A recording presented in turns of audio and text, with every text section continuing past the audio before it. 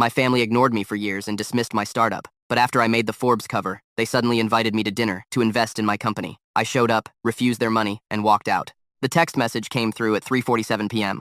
on a Tuesday. No greeting, no pleasantries, just a command dressed up as an invitation.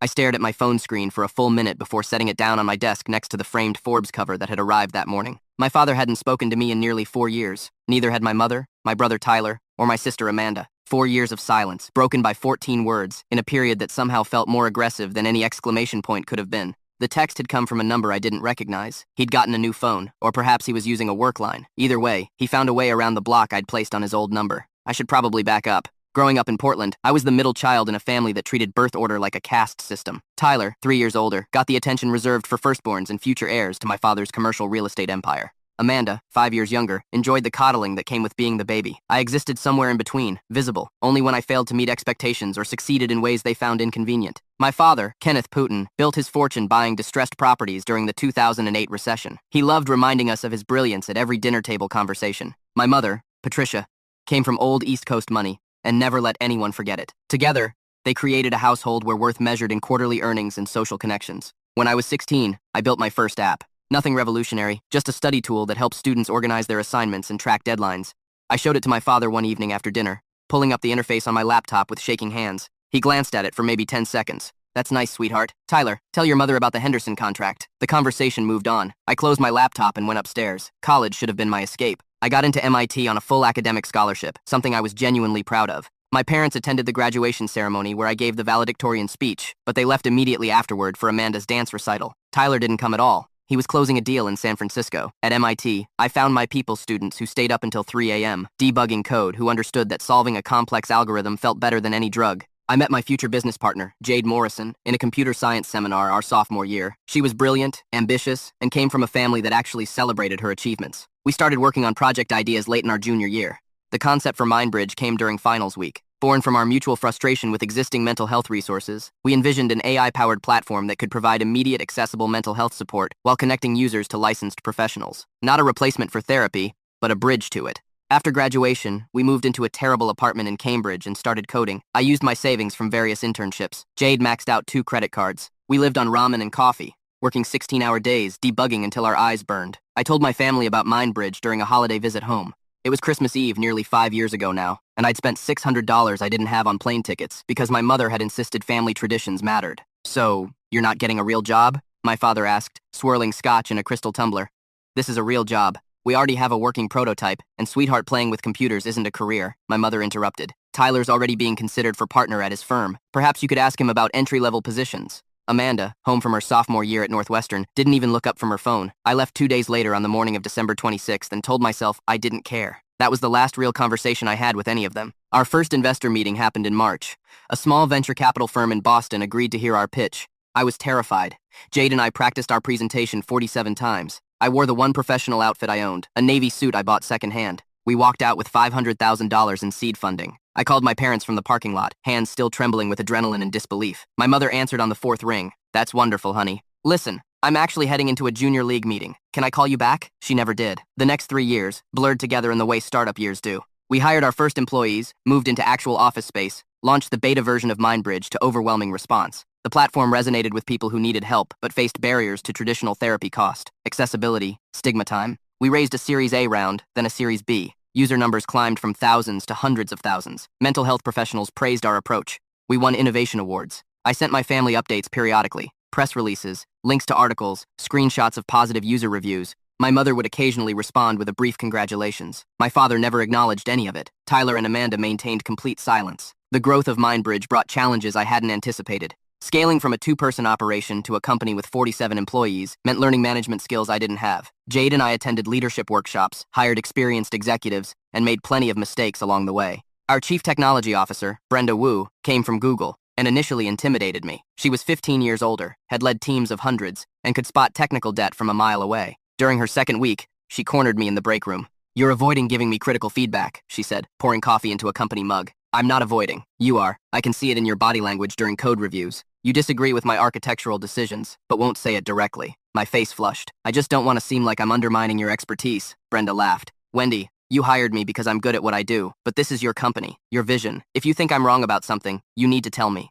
Being a leader means having difficult conversations. That interaction changed how I approached management. I started speaking up, trusting my instincts, making decisions even when they felt uncomfortable. Not every choice was right, but at least they were authentic. We also faced our first major crisis about 18 months after launching. A user posted on social media claiming our AI had given them harmful advice during a mental health emergency. The post went viral within hours, accumulating thousands of shares and angry comments. I was in a meeting with potential partners when Marcus burst in, phone in hand. "We have a situation." The next 72 hours were brutal. We pulled server logs, reviewed the conversation transcripts, consulted with our advisory board of licensed therapists. Turns out the user had deliberately manipulated our system, feeding it false information to generate problematic responses, then edited screenshots to make the situation look worse. We issued a public statement with the facts, implemented additional safeguards, and were transparent about our limitations. Some users left the platform. Many more stayed, appreciating our honesty. But the experience rattled me. I spent nights unable to sleep, questioning whether we'd built something dangerous. Jade found me at 4 a.m., one morning sitting in the empty office staring at user data. "You can't personally prevent every possible misuse," she said, sitting beside me. "But what if we're not doing enough? What if someone gets hurt because of something we built? Then we'll take responsibility and do better. But you can't let fear of imperfection stop you from helping the millions of people who genuinely benefit from this platform."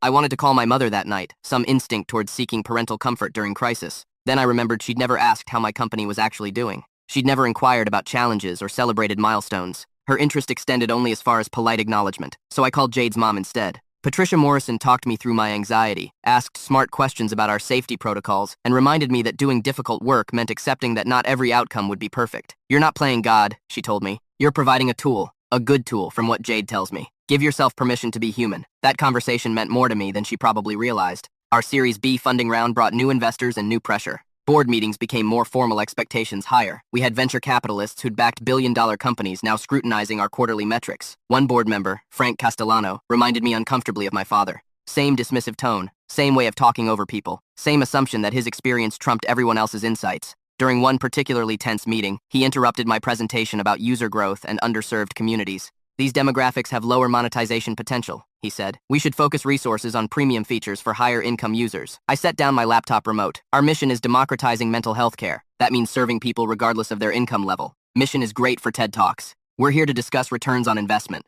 The returns are there. Our data shows that users from all income levels engage with premium features when we price them appropriately. More importantly, serving diverse communities builds trust and word-of-mouth growth that paid advertising can't replicate. Frank leaned back, clearly unconvinced. "You're leaving money on the table. I'm building something sustainable. There's a difference." The room fell silent. I expected him to argue further, but another board member, Patricia Okonkwo, spoke up. "I think Wendy's right. Short-term monetization versus long-term brand value. We've seen this play out across the industry. Companies that prioritize mission alongside profit tend to outlast those that don't." The discussion moved forward, but I noticed Frank watching me with new assessment in his eyes. After the meeting, he pulled me aside. "You've got spine," he said. "I pushed to see if you'd fold. You didn't. That's good. Keep doing that." It wasn't an apology, but it was something. I learned that standing firm sometimes earned respect in ways that seeking approval never could. Around this time, Tyler actually did reach out once.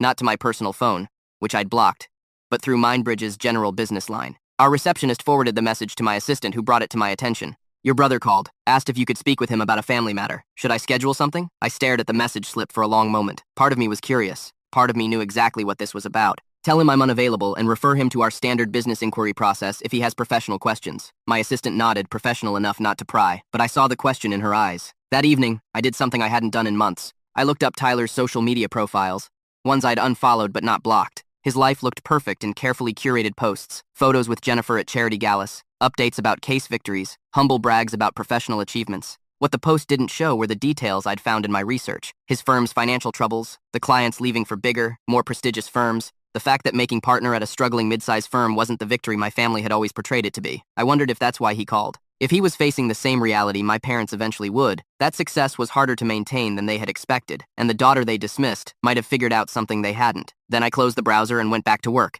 Then came the invitation to my TED Talk. Getting asked to speak at TED felt surreal. Me, the girl who used to code in her childhood bedroom while her family discussed Tyler's accomplishments downstairs. I was going to stand on that red circle and talk about democratizing mental health care. The event was scheduled for May 15th in Vancouver. I sent my family the details 3 months in advance, then 2 months in advance, then a month before. "We'll try to make it," my mother said when I finally called her directly. "It would mean a lot if you were there," I told her. "Of course, sweetheart. I'll talk to your father." The day of the talk, I stood backstage, smoothing down my dress for the 100th time. Jade gave me a pep talk. Our head of operations, Marcus, assured me I would be amazing. I kept glancing at the entrance, watching attendees file in. My family never showed. I delivered that talk to a room full of strangers while my parents' siblings and their families were back in Portland. Afterward, I checked my phone backstage. Nothing. No texts, no calls, no explanations. The talk went viral. Within a week, it had 7 million views.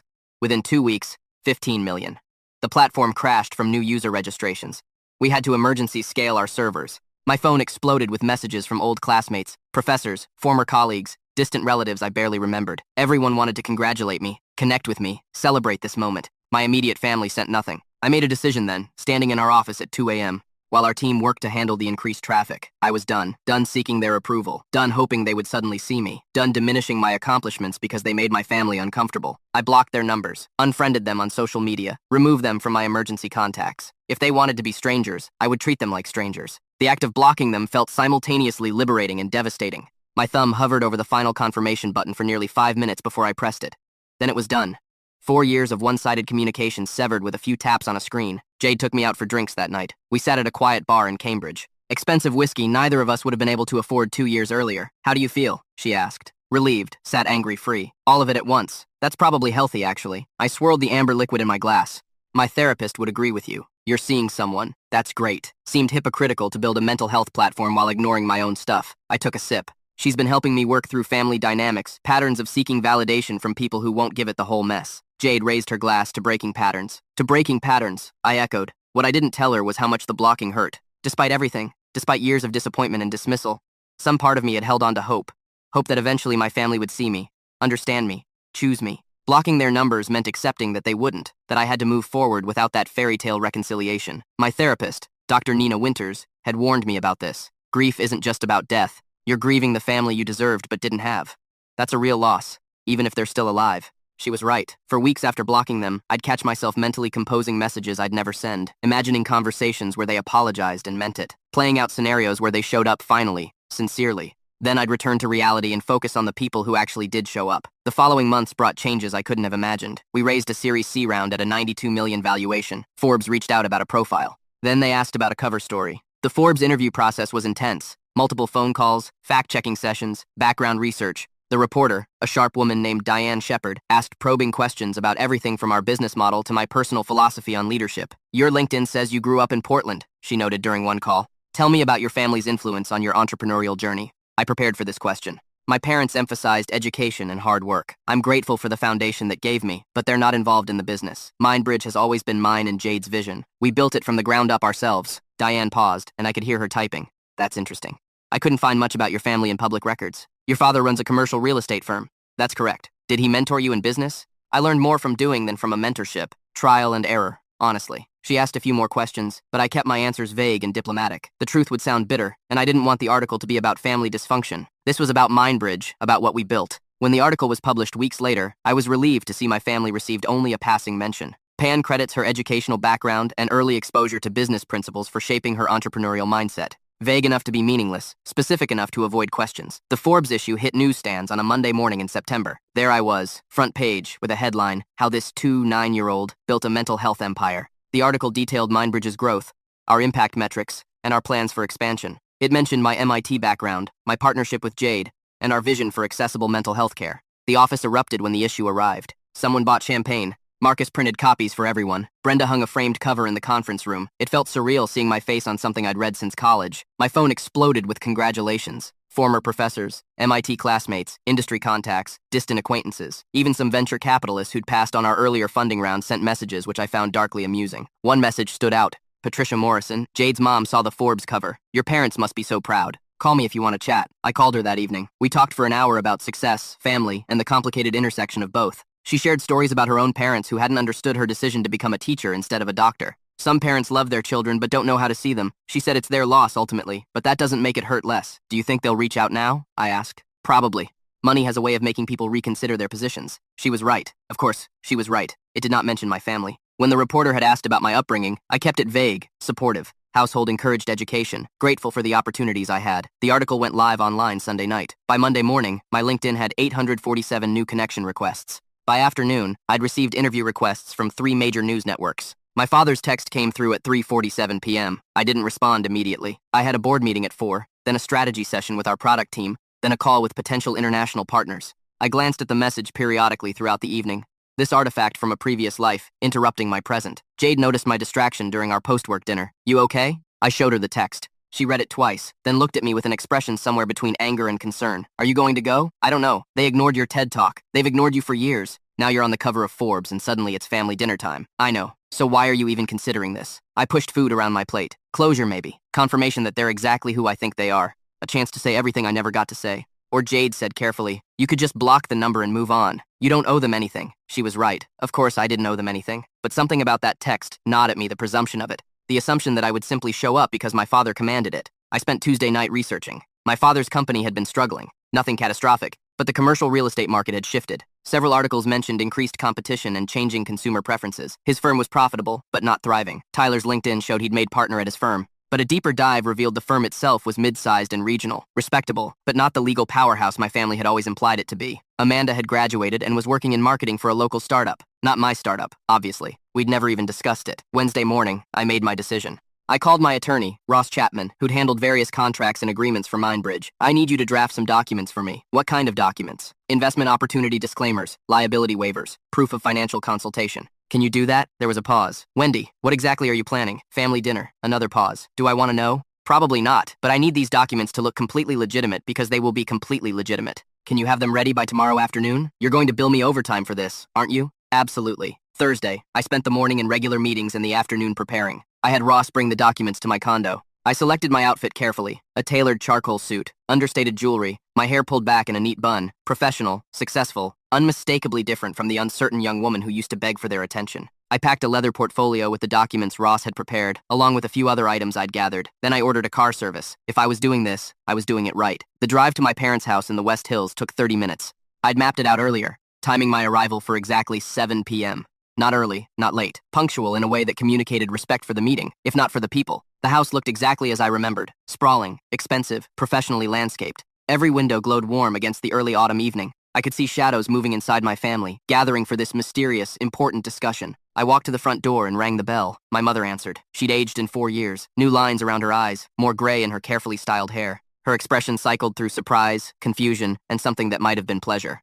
Wendy, you came. I wasn't sure if you'd gotten your father's message since you never responded. You look wonderful. Is that a new suit? Come in! Come in! The house smelled like roasted chicken and rosemary. Classical music played softly from hidden speakers. Everything was exactly as it had been, frozen in the amber of my family's carefully maintained lifestyle. My father appeared from his study. He'd aged too, looking smaller somehow, despite his expensive sweater and pressed slacks. Wendy, good. Everyone's in the dining room. No hug, no greeting, just acknowledgement of my presence and immediate direction toward the purpose of this gathering. Tyler and Amanda were already seated at the dining table with their respective partners. Tyler's wife, Jennifer, whom I'd met exactly once at their wedding before the arrangement. Amanda's boyfriend, Derek, whom I'd never met at all. Oh my gosh, Wendy. Amanda stood up, moving toward me with outstretched arms. It's been forever. You look amazing. Forbes cover, right? That's so cool. I accepted her hug with the warmth of a store mannequin. Amanda. Tyler nodded from his seat. Little sister, quite the accomplishment. That Forbes feature. Tyler. The awkwardness stretched like taffy. My mother bustled around, setting serving dishes on the table. My father took his position at the head, gesturing for everyone to sit.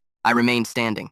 Before we eat, I'd like to understand the purpose of this dinner. Your message said, important discussion. My father cleared his throat. Let's have some food first, then we can talk about business. I prefer to discuss business first. He frowned, unused to being contradicted in his own home. Wendy, don't be difficult. Sit down. I've been standing for 20 minutes at board meetings. I can stand for this conversation. The temperature in this room dropped several degrees. Tyler shifted uncomfortably. Amanda stopped smiling. My mother tried to smooth things over. Sweetheart, we're just so proud of everything you've accomplished. We wanted to celebrate as a family and discuss some exciting opportunities. What opportunities? My father leaned back in his chair, adopting his boardroom posture. Your company is doing remarkably well. 92 million valuation according to Forbes. Impressive growth trajectory. Your mother and I have been discussing investment opportunities, and we believe this would be an excellent addition to the family portfolio. There it was. You want to invest in Mindbridge. We want to support you. My mother corrected family supporting family. Your father has extensive experience with business investments. We could provide not just capital, but valuable guidance as you continue to scale. I opened my portfolio and pulled out a document. What kind of investment amount were you considering? My father's eyes brightened. We were thinking somewhere in the range of $2 million, significant enough to demonstrate our commitment, strategic enough to secure meaningful equity. $2 million for what percentage? We'd need to discuss that with your financial people. But given the current valuation and our role as family, perhaps 15 to 20% would be appropriate. I did the math in my head. At our current valuation, 15% would be worth nearly $14 million. They wanted to invest $2 million for equity worth $14 million, and they thought this was reasonable because of our role as family. Interesting proposal, I said. Tyler, Amanda, are you also interested in investing? Tyler glanced at our father before responding. Jennifer and I had discussed potentially contributing as well, perhaps $500,000 for a smaller equity position. And you, Amanda, Derek, and I thought maybe $250,000. I mean, if there's room for us. I pulled out the documents Ross had prepared. I appreciate your interest. However, before we discuss any potential investment, I need you to review these documents. They outline the standard due diligence process, investment risks, and legal disclaimers required for all potential investors. I passed copies around the table. My father frowned as he scanned the first page. This seems excessive for a family investment. These are standard documents. Every investor who's contributed to MindBridge has signed similar agreements. I'm sure you understand the importance of legal protection for both parties. My mother looked confused. But sweetheart, we're your parents. Surely we don't need all this legal paperwork. Actually, the fact that your family makes these documents more important, not less. I have a fiduciary responsibility to my current investors and board members. Any family investment needs to be conducted with the same professional standards as any other investment. I let them read for a moment. The documents were legitimate, everything Ross and I had discussed, but they were also comprehensive, detailing every possible risk, every potential negative outcome, every way an investment could fail to generate returns. Now, I continued, before we proceed further, I need to understand something. This dinner invitation was the first communication I've received from any of you in 4 years. The last time we spoke was Christmas 5 years ago when I told you about starting MindBridge. Wendy, that's not entirely fair, my mother started. I sent you updates, press releases, links to articles, an invitation to my TED Talk in Vancouver. Do you remember that TED Talk? Silence. I gave you 3 months' notice, then 2 months, then 1 month. I called you directly, Mom, and you said you'd try to make it. My mother's face flushed. We wanted to be there, honey, but your father had an important client meeting that weekend, and Amanda had that marketing conference. The TED Talk has been viewed 43 million times. 43 million strangers watched me discuss the work I'm most proud of. My own family couldn't be bothered to attend. Now, that's not fair, my father interjected. You know how demanding business can be. We can't drop everything for every little event. Every little event. I stared at him. It was TED. And you know what? You're absolutely right about business demands. I do understand, which is why I'm very curious about the timing of this dinner invitation. I pulled out my phone and opened a saved article. Your company's Q2 earnings report showed a 12% decline in revenue. Tyler, your firm lost its 2 biggest clients in the last 6 months. Amanda, your startup just had its second round of layoffs. The room went very still. So, let me clarify the situation. For years, my family has dismissed my work as playing with computers. You've ignored my successes, skipped my milestones, and treated my career as an embarrassing hobby. But the moment my company hits a valuation that could financially benefit you, suddenly it's time for an important family discussion. That is not what this is about, my father said, but his voice lacked conviction. Then what is it about, Dad? Please explain to me why after 4 years of absolute silence, you decided to reach out the same week my Forbes cover was released. My mother tried again. Wendy, you're twisting this. We've always been proud of you. Stop. I held up a hand. Please, just stop. I felt surprisingly calm. I'd expected anger, but instead I felt something closer to relief. I don't need you to lie to me. I don't need you to rewrite history. I just need you to understand something. I pulled out the final document from my portfolio. This is our current cap table. It shows all existing investors and their equity percentages. You'll notice there's no room for new investment at the Series C level. We're fully subscribed. Even if I wanted to accept your money, which I don't, there's no equity available. Then why did you have us review all those documents? Tyler asked. Because I wanted you to see what you missed. I wanted you to understand that the company you dismissed and ignored became successful enough that people now compete for the opportunity to invest. That Forbes article mentioned, we turned down 47 investment offers during our last funding round, 47 people who actually believed in what we were building. I closed my portfolio. I came here tonight because I needed to see if you'd actually changed or if you were exactly who I thought you were, and you've confirmed everything I needed to know. Wendy, you're being incredibly unfair, my father said, his voice hardening. We're your family. We've supported you your entire life, paid for your education. I went to MIT on a full scholarship. We provided for you, gave you opportunities. You provided the basics required of parents. You gave me a roof over my head and food on the table. Congratulations on meeting the minimum legal requirements. How dare you speak to me that way in my own house? This might be your house, but I'm not the daughter who needs to seek your approval anymore. I built something meaningful without your support, without your guidance, and without your money. And you know what the really beautiful part is? I'm happier than I've ever been. Amanda's voice was small. Wendy, we really are proud of you. I looked at my younger sister, seeing someone I barely knew. Are you proud of what I might be able to do for you because there's a difference? She didn't answer. I turned to Tyler. You've worked your entire life to live up to Dad's expectations. Has it made you happy? He stared at his plate. I hope it has. I genuinely do. But I'm done living in this family's shadow, waiting for validation that will never come. My mother's eyes filled with tears. We're still your family. We love you. Maybe you do in your own way, but love without respect, without support, without showing up when it matters, that's not enough. I deserve more than that. And I finally understand that I don't need to earn my place at this table. I can build my own table. I walked toward the door. If you leave now, don't expect to come back, my father called after me. I turned back one last time. I haven't been back in 4 years. Another 40 won't make a difference. We could have helped you succeed. He said, all our connections, our experience. I succeeded without you. That's the part you can't accept. I didn't need your connections. I didn't need your experience. I didn't need your money. And that makes you uncomfortable because it means you don't have power over me anymore. My mother stood.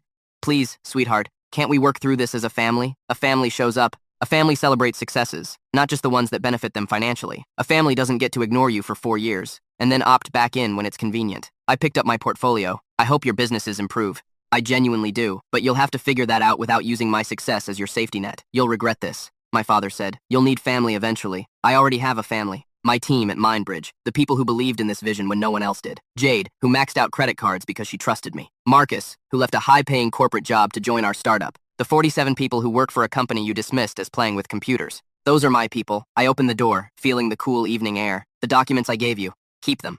Not as investment agreements, but as a reminder.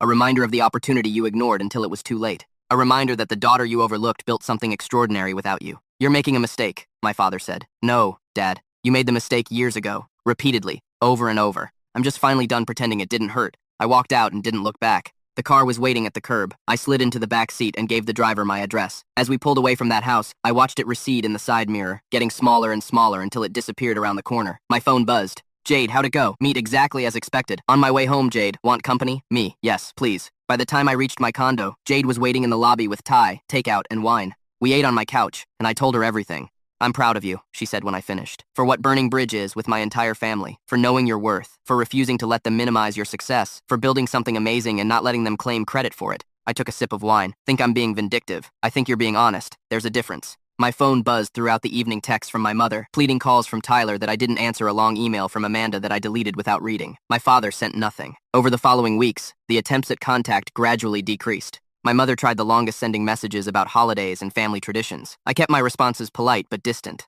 No, I wouldn't be coming for Thanksgiving. No, Christmas wasn't going to work. No, I didn't want to reconsider the investment opportunity. 6 months later, a package arrived at the Mindbridge office. Inside was a framed photo from my childhood me, at maybe 8 years old, smiling at something off camera. A note from my mother was tucked inside. You were always special. I'm sorry we didn't show you that enough. Love, Mom. I kept the photo but didn't respond to the note. Mindbridge continued to grow. We expanded internationally, launched new features, helped millions of people access mental health support. Forbes did a follow-up article about our expansion. TechCrunch called me one of the top entrepreneurs to watch. I built that table. I mean, literally, a huge custom dining table in my new house, big enough for 30 people. I hosted monthly dinners for my team, my chosen family, the people who showed up when it mattered. Sometimes I wonder if I was too harsh that night at my parents' house. Then I remember sitting backstage at TED checking my phone for messages that never came. I remember every email I sent that went unanswered. Every achievement I shared that was met with indifference. I don't regret walking out that door. 2 years after that dinner, my company's valuation hit $240 million.